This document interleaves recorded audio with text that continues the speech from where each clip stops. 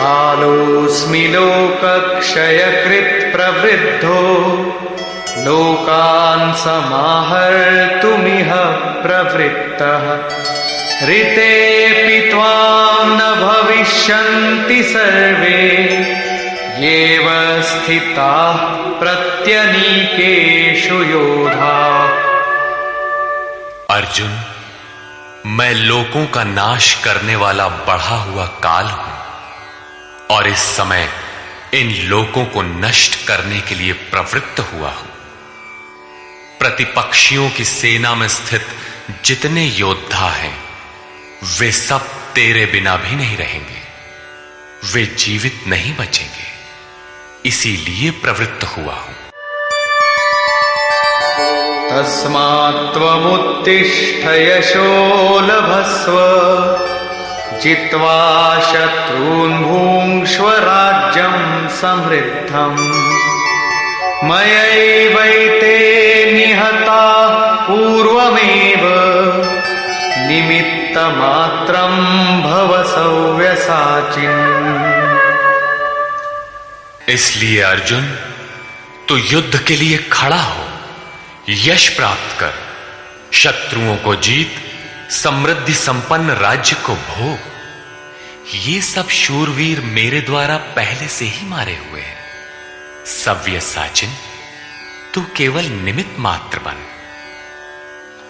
प्रायः सर्वत्र कृष्ण ने कहा है कि वो परमात्मा न कुछ स्वयं करता है, न कराता है, न संयोग ही जोड़ता है।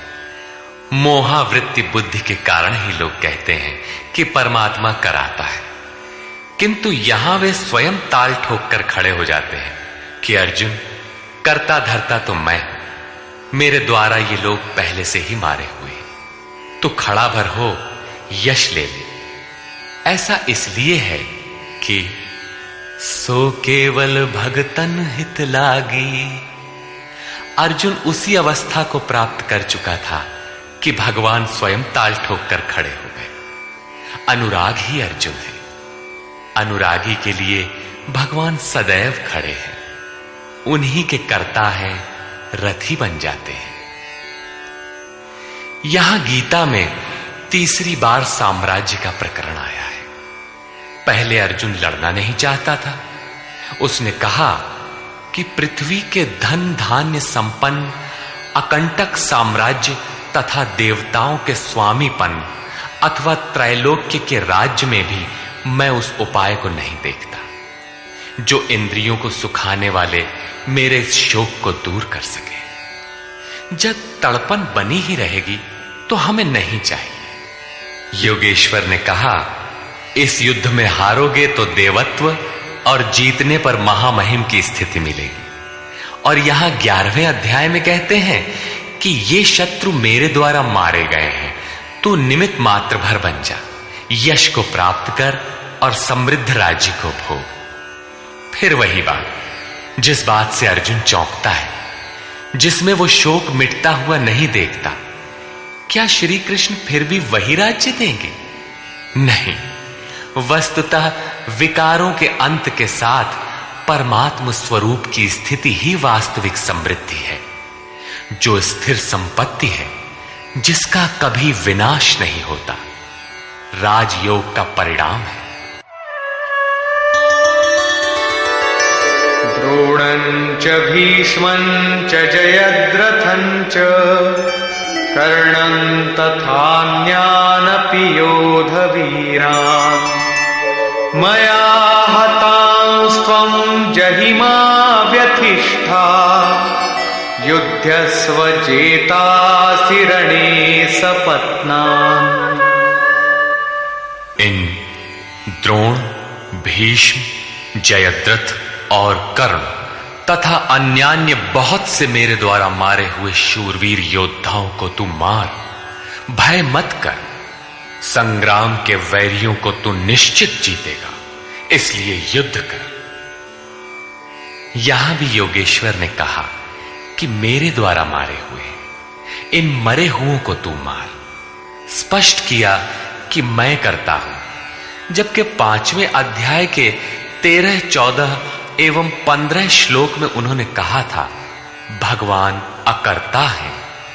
18वें अध्याय में वे कहते हैं, शुभ अथवा अशुभ प्रत्येक कार्य के होने में 5 माध्यम हैं: अधिष्ठान, कर्ता, करण, चेष्टा और दैव। जो कहते हैं कैवल्य स्वरूप परमात्मा करते हैं, वे अविवेकी हैं, यथार्थ नहीं जानते, अर्थात भगवान नहीं करते।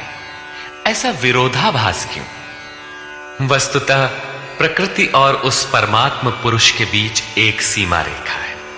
जब तक प्रकृति के परमाणुओं का दबाव अधिक रहता है, तब तक माया प्रेरणा देती है, और जब साधक उससे ऊपर उठ जाता है, ईश्वर, इष्ट अथवा सद्गुरु के कार्यक्षेत्र में प्रवेश प्राप्त कर लेता है।